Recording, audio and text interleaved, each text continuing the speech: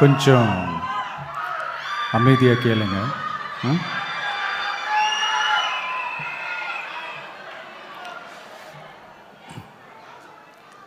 என்னோட தாய்நாடு, உங்களோட தாய்நாடு, நம்ம தாய்நாடு. நம்ம தமிழ்நாட்டோட முதல் பெருமை நம்ம தமிழ் மொழி. நம்ம தமிழோட முதல் பெருமை நம்ம திருக்குறள். அந்த திருக்குறள் சொன்ன பிறப்புக்கும் எல்லா உயிர்க்கும் அப்படின்றது தான் நம்ம தமிழக வெற்றி கழகத்தோட முக்கிய அடிப்படை கோட்பாடு. அதனால் திருக்குறளும் நமக்கு ஒரு வழிகாட்டினே சொல்லலாம். அதனால தான் திருக்குறள் சொன்ன அறம் பொருள் இன்பத்தை அடிப்படையாக வச்சு நம்ம தேர்தல் அறிக்கையோட வாக்குறுதிகள் இருக்கும்.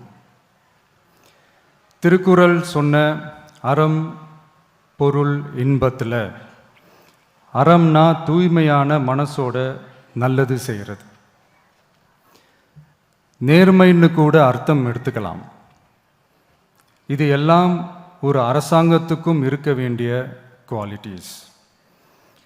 இப்போ பொருள்னு சொன்னால் அது தனி மனிதன் தேட வேண்டிய பொருள்னு மட்டும் அர்த்தம் இல்லை. அரசியல், ஆட்சி முறை, கல்வி, வேளாண்மை மற்றும் வாழ்க்கைக்கு தேவையான பொருள் தேடும் முறைன்னும் சொல்லுவாங்க. இன்பம்னா மகிழ்ச்சி, ஹாப்பினஸ்னு சொல்லலாம். ஆனால் அது எப்படிப்பட்ட இன்பம்?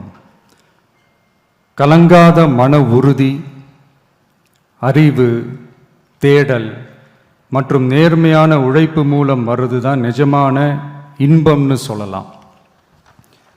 இங்கே அறம் பொருள் இன்பம்னு இந்த மூணுக்கும் பின்னாடியும் நல்ல மனசும் உழைப்பும் நேர்மையும் பொதுவாக இருக்கிறது புரிஞ்சிக்கலாம். இது எல்லாமே அரசியலுக்கும் ஆட்சி அதிகாரத்துக்கும் ரொம்ப முக்கியமானது தானே. நேர்மையான நிர்வாகத்தையே ஒரு சித்தாந்தமாக எடுத்துக்கிட்டது தானே நம்ம தமிழக வெற்றி கழகம். அதனால தான் நம்ம கட்சியோட முதல் தேர்தல் அறிக்கை கூட நேர்மையான உத்தரவாதம்னு சொல்கிறோம். ஸ்டாலின் சார் மாதிரி ஏமாற்ற மாட்டோம்.